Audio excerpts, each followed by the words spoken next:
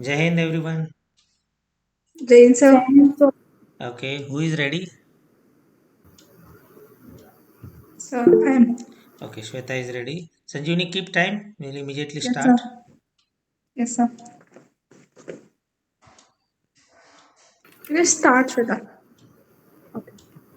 All living organisms are the product of sexual activities, but still we feel sane to talk about it. Good morning, everyone. This is me, Shweta Singh, and today I am going to tab on a topic about a sexual education. Now, what is the meaning of sexual education? Sexual education means involving the concept of human anatomy, about the sexuality, about sexual activities, sexual and reproductive health, emotional relations, and responsibilities.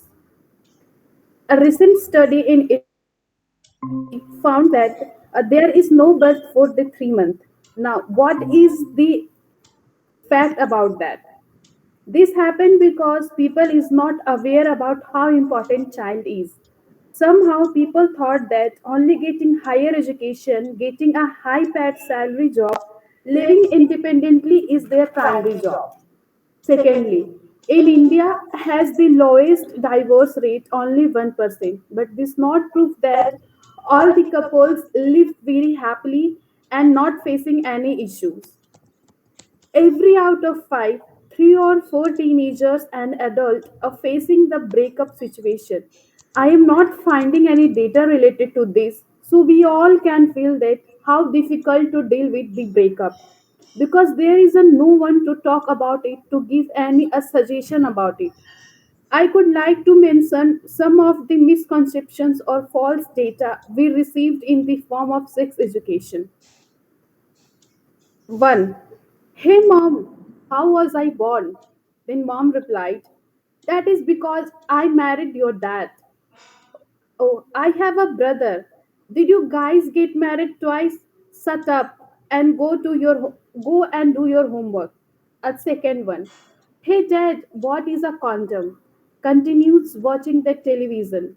Thirdly, hey, what's wrong? You seem tensed. Yeah, I think I'm pregnant. You sure? Yes, we kissed. Okay, nothing to worry about. Yes, I have took a eye pill. Okay. Being in a relationship and doing sex is not a sin.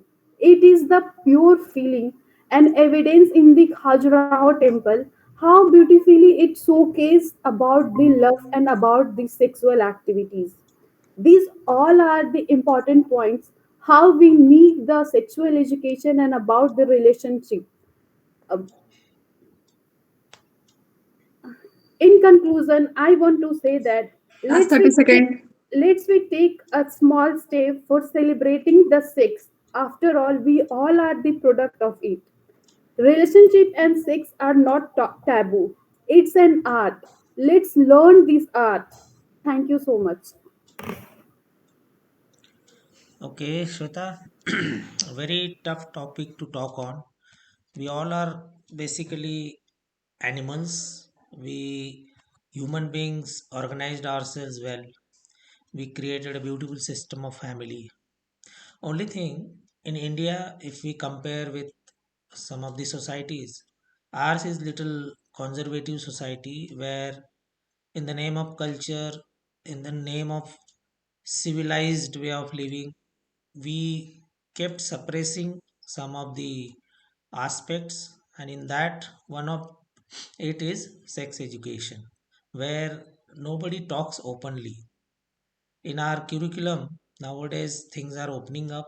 Education is one of the platform where maybe from the age of 10 onwards, if there is something which is taught in education system where people are aware, people come out of that inhibition, and some correct knowledge about it is discussed and known to the people.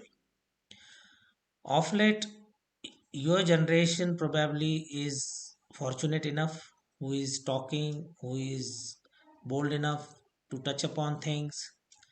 But then there is a difference between getting modernized, bold, advanced, and being correct in a civilized way. We need something, a middle way. On one hand, Indian society was too conservative, too shy. On the other hand, we want to get to a stage where probably things are too open. But I am of the opinion we need to find out a middle way. That means where we respect the our systems of marriage, because this dimension leads to many topics. Like after marriage, one is allowed to live in a systematic way. Before marriage, relationships, especially the new topic, live in relationship, is, in my opinion, is to be opposed because it will destroy the fabric of family system. And why we require family system? Again, I am of the opinion if we want to make it a heaven on earth, civilized world, the backbone of it is family system. There may be n number of problems, curtailment of freedom, because youth looks at these open world, especially the living relationship, as a freedom of living. But freedom of living may compromise many things. You are now at a stage where you may be getting fascinated towards few things, but after maybe 10 years you will realize life is not about these small things. Life is much beyond it, especially if you go into Indian um, culture, old science, old teachings. We talked about stages. There are four stages in life. This is just a second stage where you get into little bit physical needs, and life is much beyond it. So maybe your generation can talk, get the system get corrected, education system, if it incorporates to some extent, it is good. Then more topics like what is now being talked and legal rights uh, being demanded for many things, these are to be viewed from survivability of the human being as a race. Because once live-in relationship and whatnot, whether it is same-sex marriage and all those things, if it get approved, imagine how human race will survive. Human are basically, we are also animal. Nobody likes responsibility. So family system gives you responsibility. It binds you to some of the roles which nobody likes. Given the chance, out of 100, maybe 90 people will like freedom. No engagement into the role of families, four walls. Literally, you get tied up for performing some roles. We call it kartavya. So, this freedom, everyone would like it. We don't want any kartavya, we want all rights. So, family system has to survive. It is my honest opinion. And keeping that as a base, then you talk about few things. So maybe what Shweta has touched upon, sex education has to be taken in a correct way at the right age. These things to be talked, taught, discussed, and correct way of grooming towards living the life has to come in. Good Shweta, bold enough to talk on such topics. Very important, these things in our life also, and very difficult to talk. Okay, Sanjivani, ready? Yes, sir. Okay, go ahead. Shweta, keep time.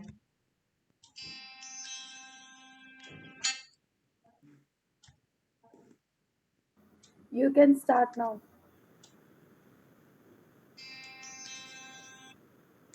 हाँ Sandeep. Okay. Good morning to हाँ. all. Today, my lecture topic is crimes against women.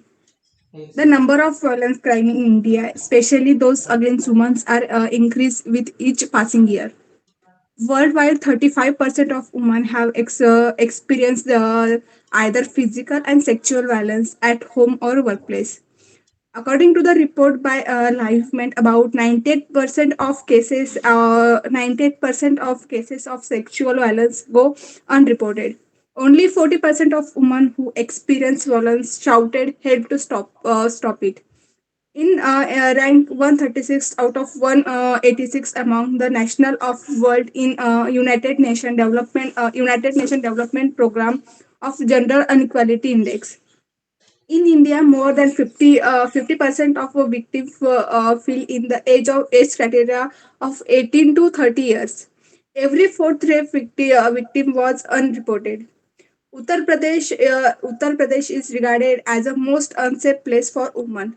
And also most number of rapes cases are recorded by MP. The history of violence against women comes from the historical view of women as a property and subsequences of gender.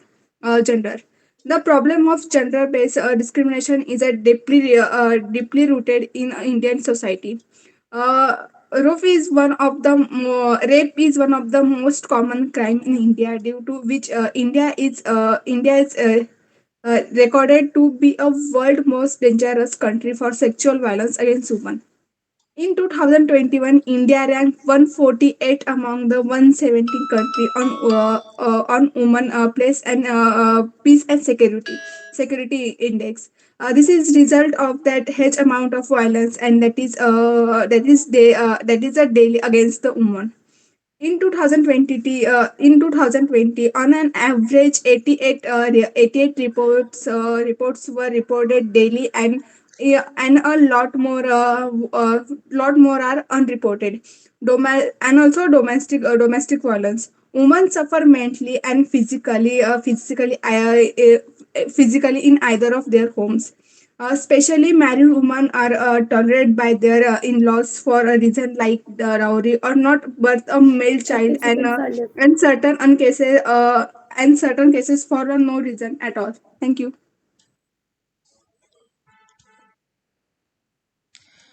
At times, I feel how synchronization naturally happens.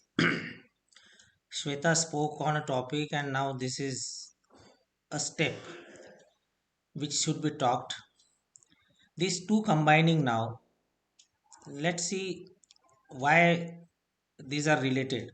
If at the right age there is no awareness about sex, and that is how the psychology of female being seen as an object, and the other way around also it is possible.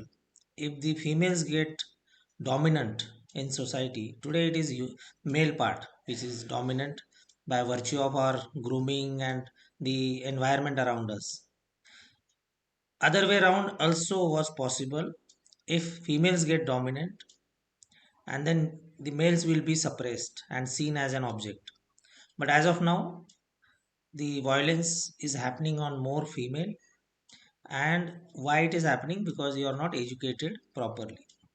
If right from childhood you are not being taught correct things, your perception vary person to person, and that is how the physical needs are not looked into in a correct sense, and you start searching in your own way, and that is how reaction of violence happens. You see, the female being seen as an object, it creates a lot of problems.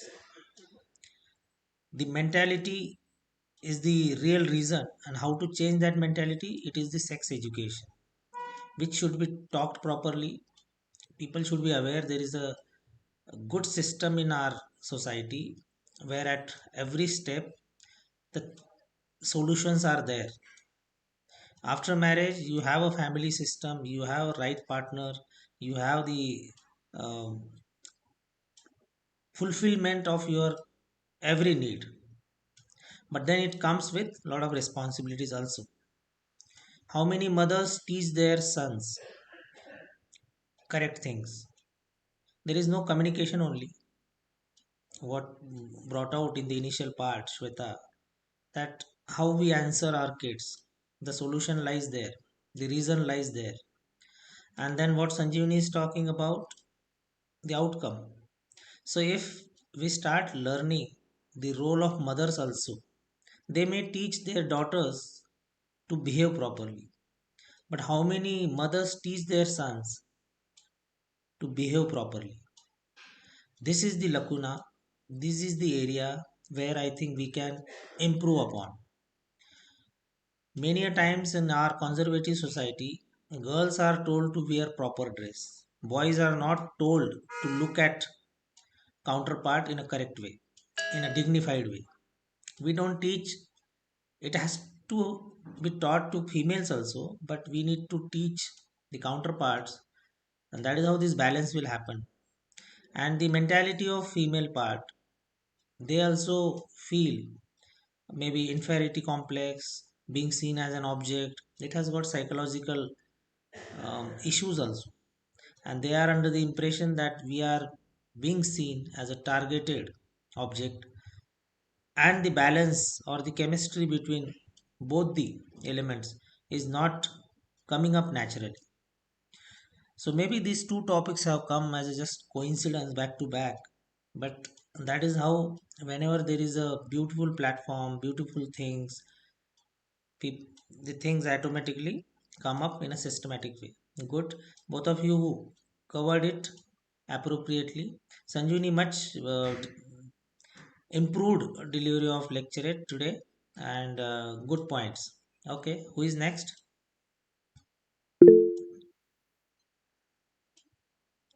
Okay, we'll go to Harshvardhan first. Sanjuni, keep time. Yes, sir. Harshvardhan, you can start. Good morning, everyone. Today's topic of my lecture it is women empowerment. The liberty or freedom of women to make decisions about their lifestyle, be it health, career, education, or any economic perspective, is called women empowerment. It means that the society should treat women and men equally, be it in the sector of social, economic, or political fields. But there has been a lot of issues related to women empowerment in India. If we, for example, the high amount of cases of female foeticide, female infanticide, and female maternal mortality rate. Apart from this, there has also been increase in issues like dowry system and domestic violence, and because of which there has been a uncertain gender ratio between the male and the female. If we talk about some challenges that women empowerment faces, is that after the later Vedic age, the status of women has started to decline because of the patriarchy because of patriarchy, and even the number of female ministers in the MP parliament is very low, because of which the issues related to women has not been seen much appropriately. To solve these issues, the government has already focused on various things and has given various schemes and policies. One of the very famous policies that of Beti Bachao Beti Padhao scheme, which was launched in the year 2015 to ensure survival along with the education of girl child. Apart from this, government has also launched Women Helpline scheme to provide 24 hours telephone service to women, and also it has also launched various Mahila Shakti Kendras, which create positive environment for women with access to basic healthcare, education, and employment. Even uh, even various uh, ways in which we can increase the role of women can be providing them political support. For example, the 73rd amendment, that is of uh, reservation of women in the Panchayati Raj, has already given women a better representation in the society, and the problems related to women that mostly the suburban and rural areas has solved because of this reservation given to them. Last 30 seconds.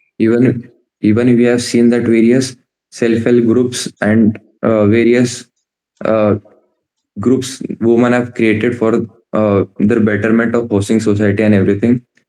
And also uh, the recently women reservation bill has been passed, which will also give women a better representation in the parliament, and can make it easy to solve various problems related to women's, be it their dowry system or various statistics which go negative to the female side. Thank you. It is coming up in a synchronization.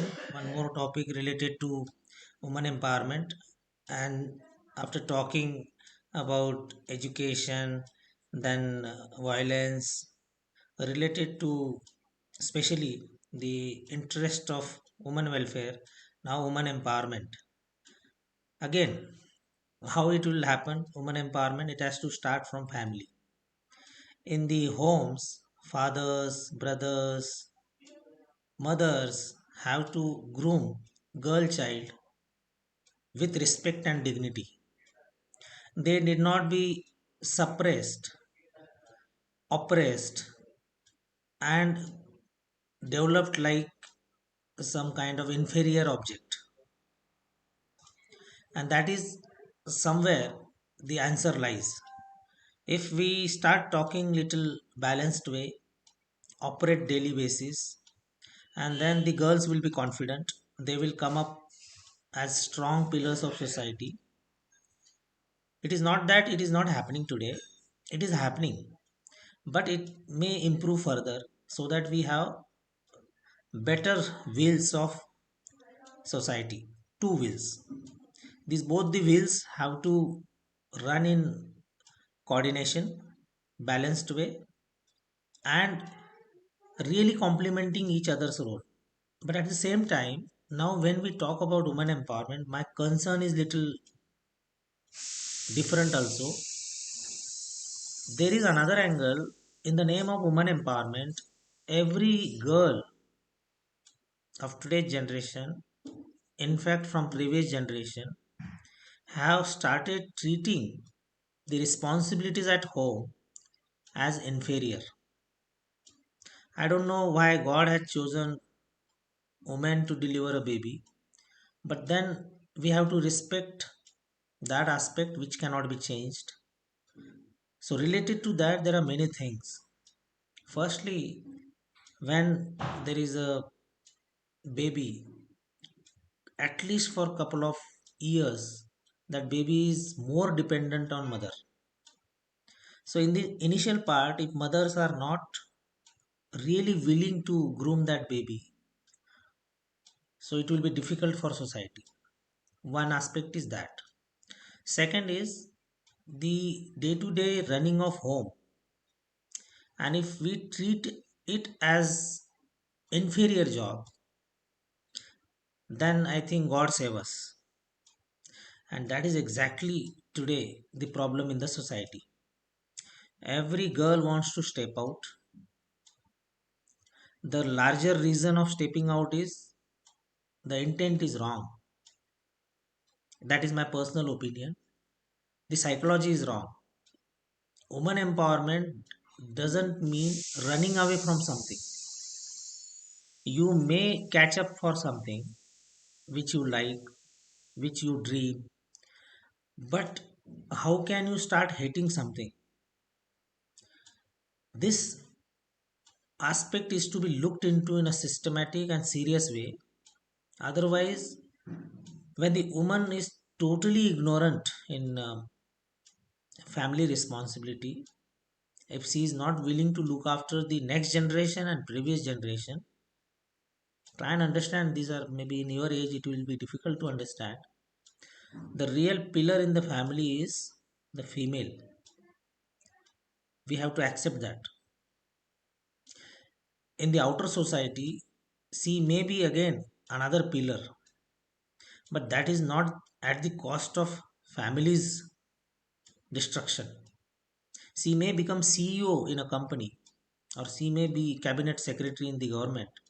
She may become the prime minister, but she has a role, more important role in home. That time has to be managed, because you see our typical family system is three generations staying in family, and the middle generation where it is the peak time of job also for male and female. If both of them give more priority to job, The next generation and previous generation is ignored at home, we are destroying the nation. I am straightway connecting destruction of family to the destruction of nation. We need to be very, very systematic when we talk about women empowerment. We want female in every segment, right from fighter pilot till Chandrayaan till agriculture development. She has been part of all these. So we need balance. Very good. Today it is like a symphony which is going on. All the topics are related and very well interconnected. We can actually apply to our own life what all we can learn from these things. Good, Harshvardhan. Confidence, feel about it. Stress upon important points. Content wise, you're going well. NDA level, it is enough. And somewhere the confidence just exhibit in a more stressed way. Okay, Harshvardhan. Yes, sir. Okay. Now who is there? Subodh. And then we can go to Lakhan. Okay. Harshvardhan, keep time. Yes, sir. You can start. Okay. So good morning to all. Today's my lecture topic is ISRO. ISRO is Indian Space Research Organization, which was set up on 15th of August 1969. The current chairman of ISRO is S. Somnath. We know that the Indian Space Research Organization's founding father is Vikram Sarabhai, and he initiated the space programs in Indian sector. When we got independence in 1947, we don't have our space programs, but today we own our space programs. Like in the initial phases of ISRO, in 1975-76, we have launched the first satellite, that is the Aryabhatta satellite, with the help of the Soviet Union. Then after in 1980s, we have launched the first LEO satellite, that is low Earth orbit satellite, consisting of 40 kg in the lower Earth orbit. The launch vehicle is SLV-3, that is a small satellite launch vehicle. Then in 1983-88, we have developed programs like in 1983, the ISRO started working on the communication satellites, which is very helpful for telecommunication, news broadcasting, weather forecasting, etc. Not only that, if I give some certain examples, that is the GSAT 9, GSAT 19, GSAT 8, GSAT 12. These all are the communication satellites. Then in 1998, the remote sensing satellites means the we can say the base of remote sensing satellite was established by launching the IRS-1 satellite. There are certain examples of remote sensing satellites like Cartosat-1, OceanSat, then ResourceSat. Now, if I talk about the missions of the ISRO, so we have launched the first satellite into the orbit to study the moon. That is the Chandrayaan-1 mission in 2008. Apart from that, in 2019, we have launched Chandrayaan-2, but to study the southern pole of the moon. We have successfully, partially means the mission was partially successful. We lost the communication with the lander, but in 2023, we have launched a successful mission of Chandrayaan-3, and we became the first country to land on the moon's south pole, that is the soft landing. Not only that, we have achieved a remarkable significance by launching a 108 satellite into the space. Not only that, we have also launched the Bahubali satellite consisting of much weight. Uh, the space exploration programs India launched, that is the ArtoSat to study the in 2015, ISRO launched the ArtoSat missions to study the celestial bodies.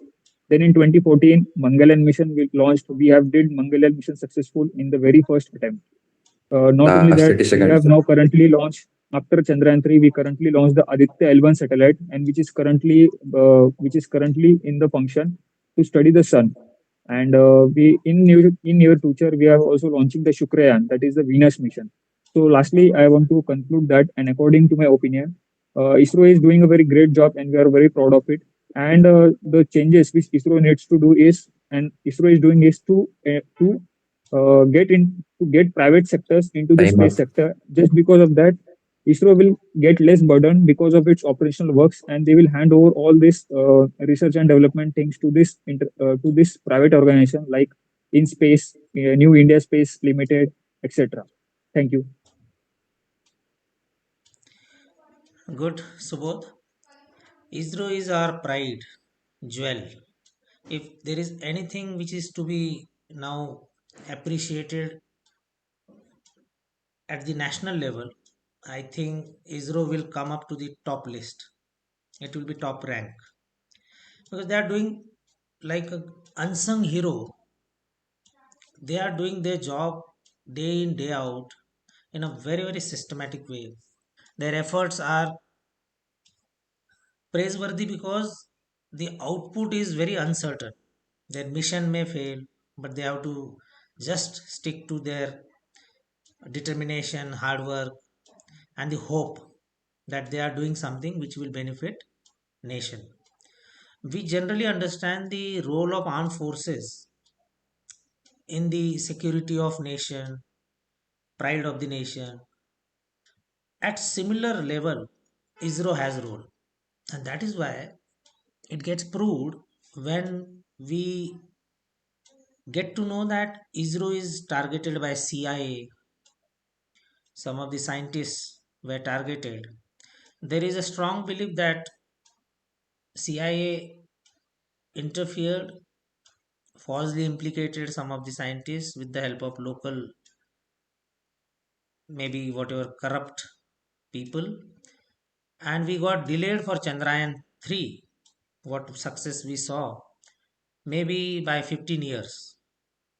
What cryogenic engine was getting developed, and it got just disturbed because of that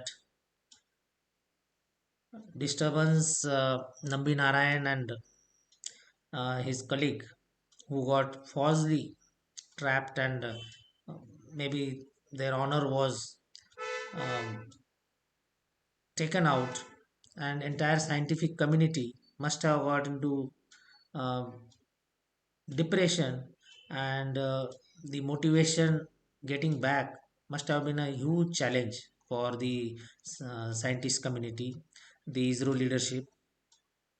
Imagine if enemy countries are targeting your these premier institutes. It has got some relevance in the development of a nation. Today we are launching very uh, in a very low cost way the satellites, and this was the fear of US, that dependency of smaller nations, developing nations, poor nations, for their own growth launching of satellites will shift to India. Because compared to NASA, we will they read it much before. Compared to NASA, we were on a track where low cost launching of satellites was going to happen, and it got delayed. Today a lot of nations are launching with our platforms. See the revenue coming up, the pride and the status coming up in international community. If any country wants to object or other things, will think twice now, because their dependency on such a critical aspect, because today's technology age, satellites have got more role. In 90s we used to talk about satellite war will happen and a space war will be happening. Now it is the scenario where it is the realization that the developed countries were seeing it, and the some of the Hollywood movies were on these concepts. But our ISRO has done great job. The scientists deserve a lot of appreciation. They are our real heroes, because only after some launch, successful launch, that too, they get some acknowledgement, somewhere their name is taken. But in day to day life they are not generally talked about, but they are our real pride and honor, who are doing great job for our nation's development. It has got a lot of contribution, and other institutes are getting inspired by the ISRO's success. Maybe DRDO is coming up in a way who can match up to the ISRO's success. DRDO is also capable, but maybe there was no culture of doing that scale job. Things will come up in other institutes also. Good, Subodh. These all are important topics. At times, you have to know logics behind it. If some projects are happening, timelines, and some out of box thinking also. So, one aspect related to ISRO is they are also under the scrutiny of enemy agencies. So, their scientists day in day out they are also targeted. Nambi Narayan case. I think movie was also made, so it is quite evident. Uh, Imagine the plight of that man's pride and honor when such person gets tried for espionage. Such person is called as a traitor, enemy of the nation, and in fact, it is like a soldier. He was fighting for the nation, doing something way ahead of time. Cryogenic engine was almost on the verge of getting finalized, and this success in 2023 would have been 15 years back. So that got derailed. So that is the importance at national and international level of such agencies. Okay, good, Subodh. Lakhan, ready? Yes, sir. So Ready, can sir. I leave? Yes, Subodh, keep time.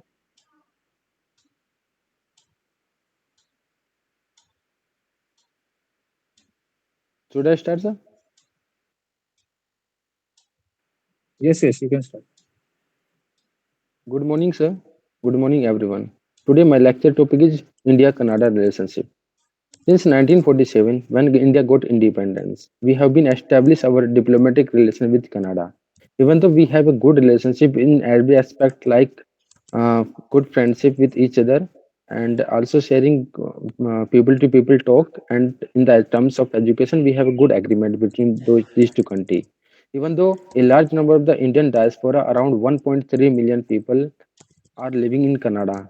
They have been living in Canada in the three terms. Like they want the standard of living, they want a higher quality of education and higher income. These are the three aspect in which the people of India also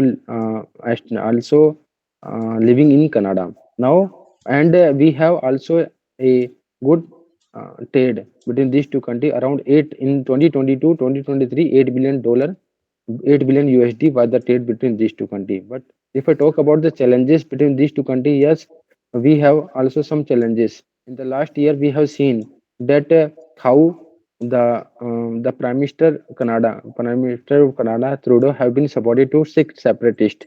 They have been targeted the Indian embassy there, even though after killing of Hardeep Singh Nijjar, a Sikh separatist who was supporting to Khalistan, was uh, also killed. But in the Parliament of Canada, the Canadian Prime Minister have been highlighted that to our Indian intelligence. Since then, we have seen that both the country have been facing its worst relationship, even though both the country have also spelled out its diplomats from their country. Now, in the last, I would like to conclude my topic that we have good relationship. In the coming year, we have good partnership with the USA. So if the relationship will be continue, that it will also spark to USA. On the other side, uh, there is only one aspect that if we have come on the negotiating table, then only that this issue can be resolved, irrespective of irrespective looking their diplomatic and the vote bank. Because nowadays 3% of the population in the Canada is Last 30 belongs to Sikh seconds. community. So if the both the countries leader will be coming on the negotiating table without looking for the vote bank, so now the diplomatic relation once again can be restored. And this is the importance because the Canada is also belong to the Five Eyes country, and we have two hostile relationship like Pakistan and China.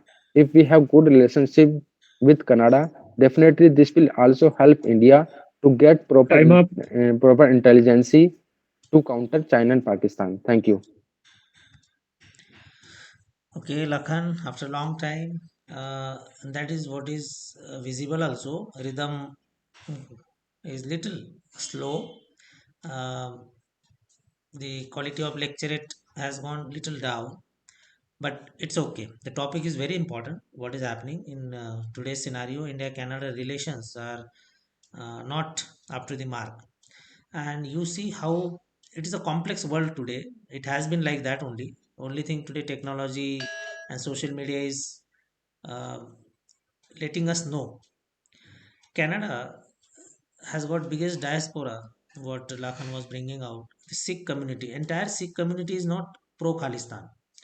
But most of the Sikh are doing their job there, education, and they are living happily.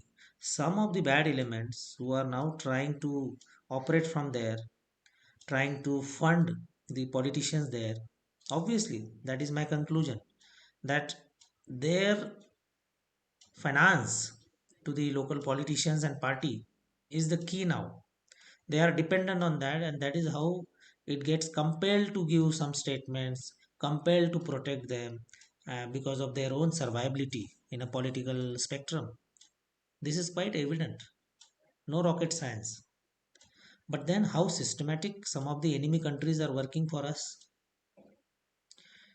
These strong organizations which are being built overseas, which can create disturbance in India, which can hamper our growth. So, Canada is one base.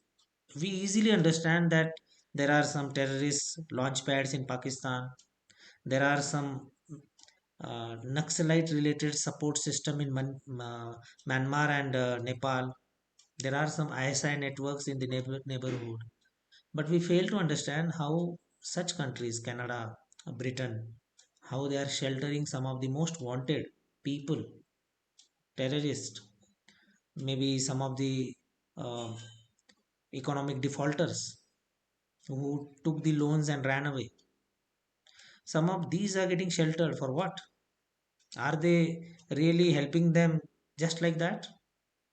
Maybe there is some sharing, political funding, and that is how our nation gets disturbed. Today, if nation is not getting cooperation from such countries, we are at a stage where if the leverage is not there from such countries, we can push them back. Imagine if India decides to stop trades with some countries. Obviously, that is not an easy step because we also have a lot of compulsions. But Canada, especially, is getting benefited by our students. When we came to know about Russia-Ukraine war zone, where 18,000 students were there, imagine the impact on economy. Similarly, in Canada, today most of the Indian students are going as a great opportunity for education in Canada. From there, it is a launch pad going to US or other developed countries. That education is acknowledged and all those things. But the reverse effect, if Canada doesn't understand, they know that immediately we cannot do anything. But in a longer run, we need to understand how to just twist these countries. We never had that kind of mindset. That is the problem. Like what happened to nine naval personals, ex-naval personals. That is also a complex issue. Now government has to now negotiate. Qatar government and Indian government has to negotiate. Problem is something which has not happened with the know-how of government. They were doing job in private company. I mean, there is a complex network. If you go into details, it involves a lot of countries. This issue of Qatar, where Qatar government came to know that these are the employees of a company. That company was formed with bad intent against the Qatari government's anti-government kind of activities. And who are the countries involved? In the backdrop, it is Israel, US, Italy, on one side US and Israel, on the other side maybe in the middle spectrum Italy, and then on the other side is China, UAE, Saudi Arabia. These are the countries who are fighting, and somewhere it comes out like this. The company was formed, then naval warships and naval warheads were getting designed. Qatari company, which was just a front window, something else was there at the back, gives advertisement for job. Obviously, naval related things, ex Navy people are recruited, and nine innocent people as of now are getting death sentence. They went there for a job. They did not know what exactly the nature of job is. They prepared, worked for that company, and company was designed with a bad intent. See, now government, it is difficult. People were not aware, they were acting. against the country's interest, Qatari country's interest, and it is not so easy to solve these problems now. Similarly, Canada and India, when on the front face, are friendly countries, but at the back door or at the backdrop, a lot of things happen because of some of the systematic designs of good and bad, all kinds of organizations. Some are having good plans, some are having bad plans. So, pro Khalistan movement is not so light. It is coming up and it is getting neutralized. Two, three times it got neutralized, but it is never dead. When it was operating from Pakistan soil, and now it is most of the base is shifted to Canada because money is a big thing. So money is generated from there, and Punjab state has suffered a lot because of this. Today, if we count how many Punjabis are there in Canada, it is the largest share among all states. So, interest of a common Punjabi and a pro Khalistani Punjabi, both these things are to be viewed in a systematic way. So, pro Khalistan is a problem for us, but there are more people who are not knowing also what is happening. They are doing their education, they are doing their jobs, and they are also getting affected if two governments clash. It's a very complex thing, but we can wish for better relations prevail, solutions come up. The Canadian government understands or the Canadian people should understand this because government is compelled for their own survival or next election target, like what in India, especially in Maharashtra, the politics is going on. The people should understand. Time has come. People should understand what is good for us. Let's elect correct people. Okay, Lakhan, after a long time, not getting time, Yes, sir. no issue. And time is 8:30. It is an office time, sir. Okay, okay. So, but keep practicing at your group level, friends and all, because it is visible. Yes, sir. Lack of practice is visible today. Okay, sir. Okay, I think we can close a lot of interesting topics, a lot of things. I also feel like speaking, and Yes, then sir. it gets little overtime now today. Okay, have a good time. Keep studying hard and keep reading more. Bye, Jai Hind. Jen, sir. Jai Hind, sir.